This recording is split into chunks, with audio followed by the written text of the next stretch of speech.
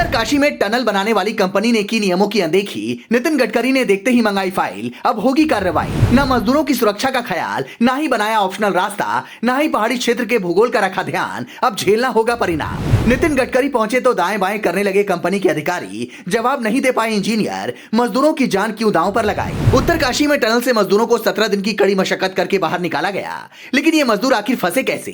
इस टनल का निर्माण हैदराबाद की नवयुग इंजीनियरिंग कंपनी लिमिटेड कर रही है, जिस पर कई तरह के सवाल उठ रहे हैं। एक्सपर्ट्स की माने तो सिलक्यारा बरकोट सुरंग में सबसे बड़ी खामी यह थी कि इसमें कोई एस्केप रूट नहीं बनाया गया था। इसे बनाने वाली कंपनी ने सेफ्टी एग्जिट रूट नहीं बनाया।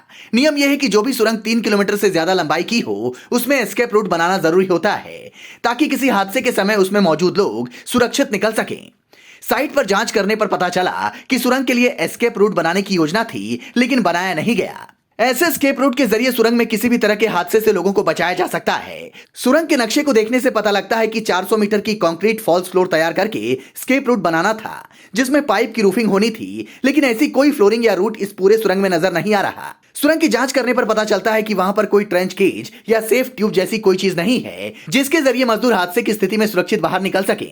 सुरंग के धंसने की स्थिति में ट्रेंच केज मजदूरों की जान बचाने के लिए सबसे जरूरी तरीका साबित हो सकते थे। सुरंग के डिजाइन में भी इस चीज का जिक्र नहीं है। इससे पहले मजदूरों ने NHIDCL के अधिकारियों पर सुरक्षा मानकों की अनदेखी का आरोप लगाया था, विरोध किया था। हाल ही में जो वीडियो आए हैं, उन्हें देखकर लगता है कि अब रेस्क्यू करने वाले लोग ट्रेंच केज का इस्तेमाल करके ही मजदूरों को बचाने का प्रयास कर रहे थे। सुरंग के खनन में जो स्टैंडर्ड ऑपरेटिंग प्रोसीजर होता है, उसे लेकर दुविधा नजर आई। सुरंग को बनाने के लिए जो गाइडलाइंस है, उनमें रैपिड इवैक्यूएशन की व्यवस्था नहीं है। हालांकि अधिकारियों का कहना है कि सिर्फ रेलवे के पास ही यह व्यवस्था है कि सुरंग में छोटी एस्केप सुरंगें बनाई जाएं, जिनमें सीढ़ियां हो, ताकि आपदा में आसानी से बचाव हो सके। 2 लेन वाली सुरंग को लेकर SOP में दुविधा दिखाई पड़ी। मजदूरों ने बताया कि पिछले हादसे के बाद ह्यूम पाइप लगाई गई थी, लेकिन बाद में वो भी हटा दी गई, जबकि उन्हें सुरंग पूरा होने तक लगे रहना था। ह्यूम पाइप कंक्रीट की ट्यूब्स होती हैं, जो सुरंग बनने के समय उसके एक छोर से दूसरे छोर तक बिछाई जाती है, ताकि इमरजेंसी में उनके जरिए मजदूरों को निकाला जा सके। साथ ही इन पाइप्स के जरिए जहरीली गैस लीक को भी निकाला जाता है, क्योंकि अक्सर सुरंगों के खनन में इस तरह के गैस लीक की आशंका बनी रहती है।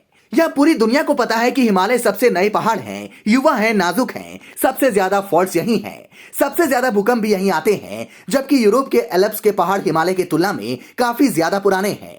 अब सवाल यह उठता है कि ऐसे नाजुक पहाड़ों पर लगातार सड़कें, सुरंगें और बांध बनाना क्या उचित है। वैज्ञानिक कई बार इस बात पर जोर डाल चुके हैं कि हिमालय पर किसी भी तरह का अवैज्ञानिक निर्माण नुकसान पहुंचा सकता है। Bureau report, leading Bharat TV.